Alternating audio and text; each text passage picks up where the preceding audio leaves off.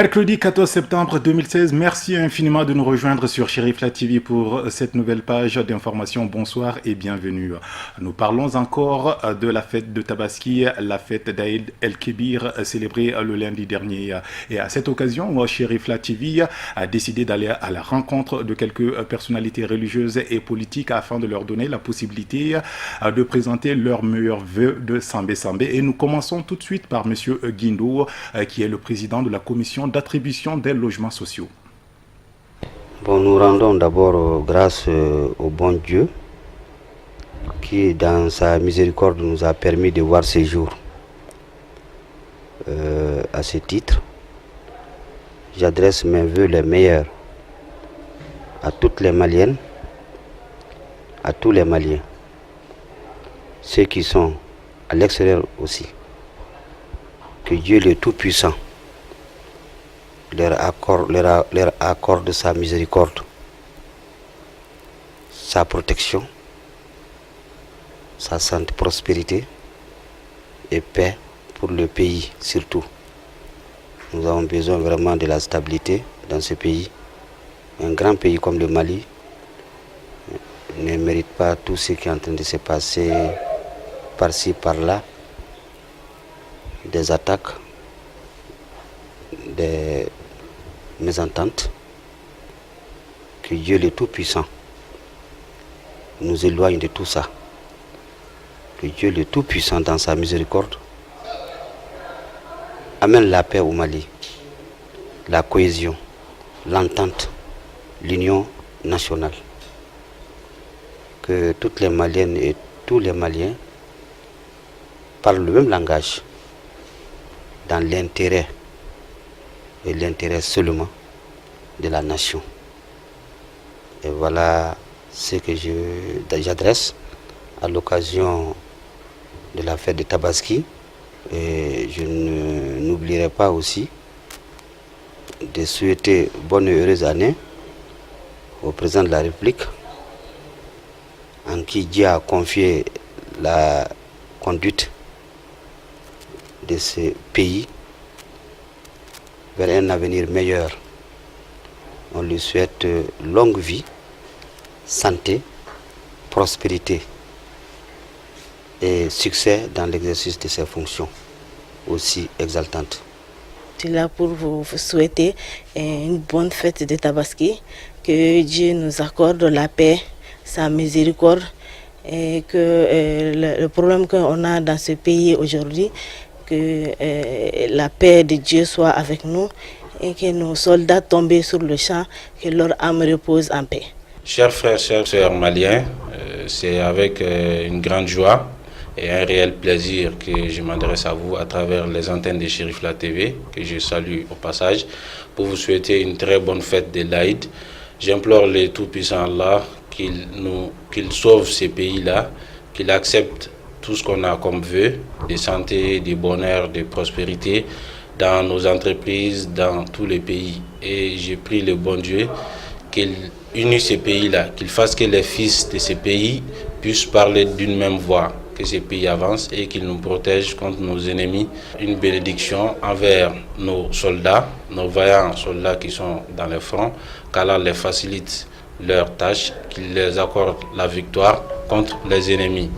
Et je termine par nos pèlerins maliens qui sont partis faire leurs piliers des pèlerinages. Donc je leur souhaite de passer un bon rite à la Mecque et je leur souhaite également un bon retour dans leur patrie. À présent, actualité hors de nos frontières pour vous parler de la suspension des travaux sur le dialogue national en République démocratique du Congo. Il n'y a finalement pas eu de rencontre directe mardi soir entre les délégations de la majorité et de l'opposition, mais les tractations continuent. Le dialogue national congolais est au point mort et toujours boycotté par deux des principales forces de l'opposition. En cause, la séquence des élections à venir. L'opposition représentée au dialogue veut que la priorité soit donnée à la présidentielle comme le prévoit la résolution 2277. Elle a décidé de suspendre sa participation lundi. La majorité, elle, souhaite les élections locales d'abord. Un scrutin jamais organisé dans le pays pour renforcer la décentralisation.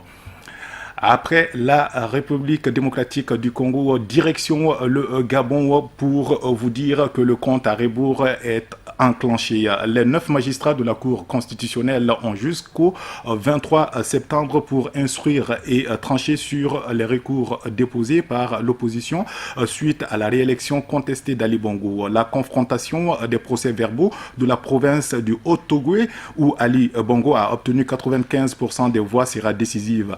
Le camp d'Ali Bongo a jusqu'à ce soir pour déposer devant la Cour constitutionnelle sa réponse argumentée aux anomalies signalées par l'opposition. Voilà donc un article de nos confrères de Radio France Internationale RFI.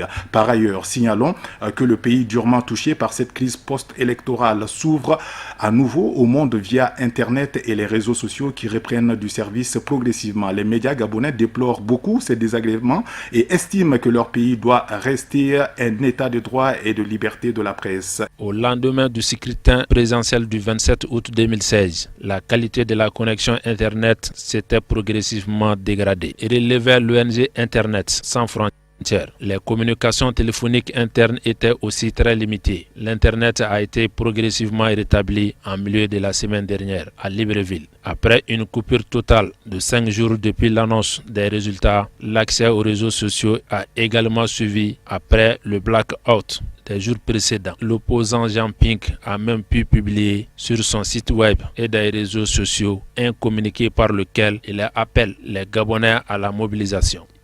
Notre premier coup dur a été que le site a été attaqué dans la nuit de la proclamation des résultats. Je crois le 30.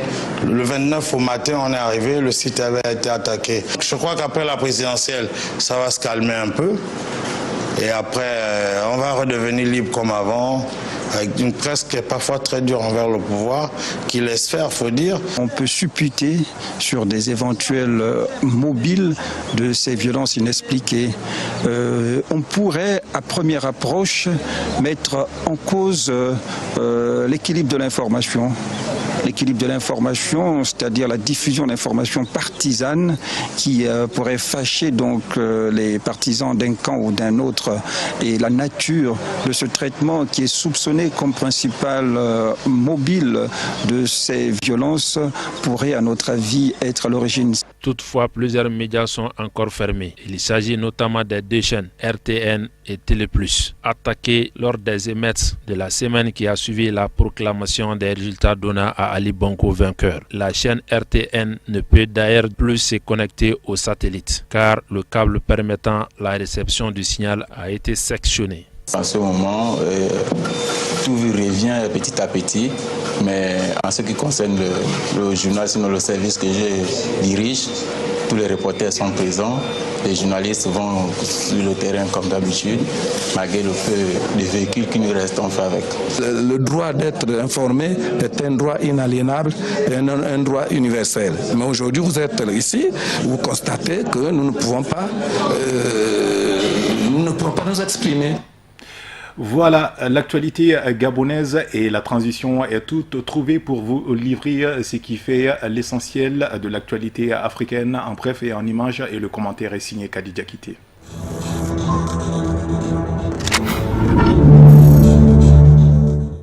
Le bilan d'une explosion survenue au Bénin dans une décharge d'enfouissement de produits avariés est désormais de 18 morts et 92 blessés, selon le ministère de l'Intérieur.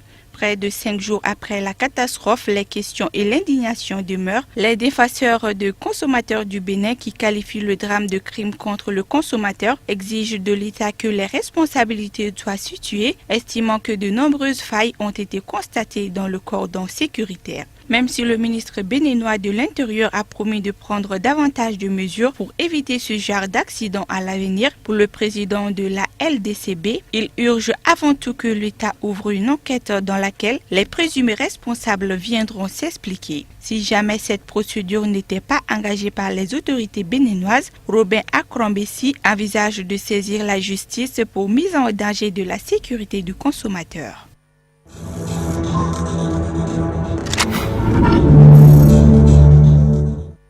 Les 3 millions d'élèves de maternelle et primaire de Côte d'Ivoire ont fait leur rentrée ce mardi. Une nouvelle année qui connaît un petit bouleversement. La semaine de classe passe de 4 à 4 jours et demi. Les élèves devront venir le mercredi matin.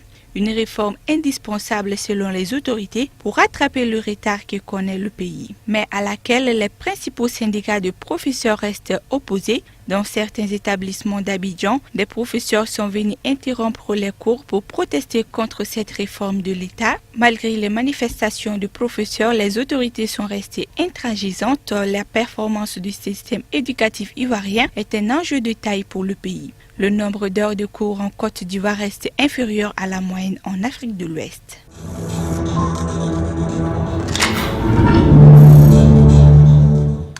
Et nous en arrivons au dossier d'aujourd'hui de la rédaction. La divagation des animaux sur les artères principales de la capitale. Il s'agit singulièrement des bovins. Un phénomène récurrent occasionnant parfois des accidents graves. Pourtant, il y a une réglementation en vigueur, mais les bœufs et les vaches semblent, sans encadrement, semblent bien errer en toute tranquillité. C'est le dossier de la rédaction et c'est une rediffusion avec la voix de Sako. Il n'est pas rare de voir aujourd'hui des troupeaux de bœufs et vaches se coucher sur les voies publiques, coupant ainsi la route aux usagers et rendant la circulation difficile. À peine ces démentons si ces animaux sont encadrés, tant ils encombrent la circulation dans la capitale. Ils causent des dégâts aux paisibles populations, notamment aux vendeurs sur les trottoirs, et constituent l'une des principales causes d'accidents. Mais l'autorité qui essaie, c'est le gêner, ça a intéressé tout le monde, parce que les bœufs provoquent tout le moment l'accident. Même moi, j'ai perdu ma moto grâce à l'accident à raison des bœufs. Mais toute la raison, l'autorité, il essaie déjà. Je sais que le pauvre ne peut pas gérer le bœuf à la ville comme ça. Bon, c'est un renseignement. Bon, l'autorité qui sait, il est circulé, c'est la route principale, c'est l'essentiel, tout le monde veut servir. Toutes l'autorité qui essaie, comme les policiers, ils essaient. Avant qu'on demande quelqu'un, on essaie que la routière principale, la police qui te gère, il essaie. Mais il essaie que le B, c'est pour l'autorité. Le point est final. Bon, il n'y a pas d'autre grande chose, mais le problème, c'est le gouvernement même en question. Parce qu'auparavant, le gouvernement avait des agents sur place qui surveillent les animaux, qui construisaient les fourrières pour garder les animaux. Mais actuellement, il n'y a pas de agents sur le terrain, il n'y a pas de fourrières dans la ville. Surtout là où nous sommes. Présentement, nous sommes sur une route internationale. Bon, si les animaux se promènent sur la route, ça peut tuer même des gens. Mais obligatoirement, il faut des agents qui contrôlent les animaux et des fourrières. Pourquoi pas des fourrières dans la ville? Mais et pourtant, il y a des fourrières dans les brousses. Donc, toute chose que je peux vous dire, c'est de construire au niveau des mairies, des communautés, de construire des fourrières, de prendre les agents pour garder les animaux. Si tu prends un mouton ou bien un âne pour le garder, obligatoirement, si le propriétaire vient, il doit payer les taxes sur ça. Normalement, il y a des contraventions sur ces trucs-là. Mais s'il n'y en a pas, qu'est-ce qu'on va faire? Où est-ce qu'on va aller? Où est-ce qu'on va aller nous plaindre? Chaque mairie, chaque commune, il n'y a pas de fourrière. Dans la ville, je veux bien dire que dans la ville. L'élevage des animaux en pleine capitale est une pratique de plus en plus courante, comme s'il n'y avait aucune législation en la matière.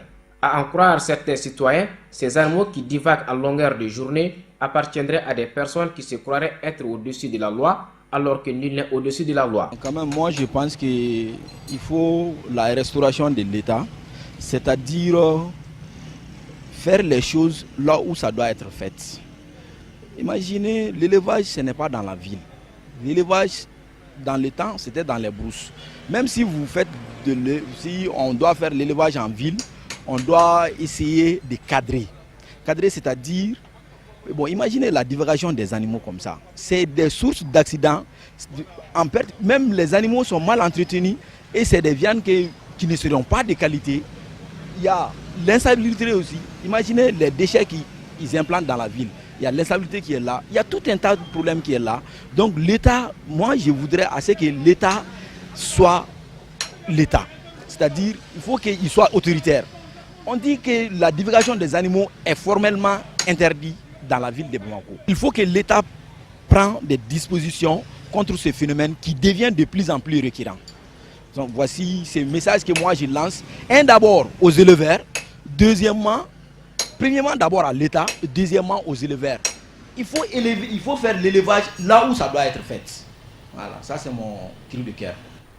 Voilà, la prudence reste encore de mise, surtout en cette période de fête. Évitez les animaux dans la circulation pour votre propre sécurité. Point final à cette édition d'information. Merci de l'avoir suivi. Retrouvez à 21h Kafouné Batili pour la présentation du bulletin d'information en langue nationale bamanakan. Excellente suite de programmes sur Chérifla TV. À très bientôt.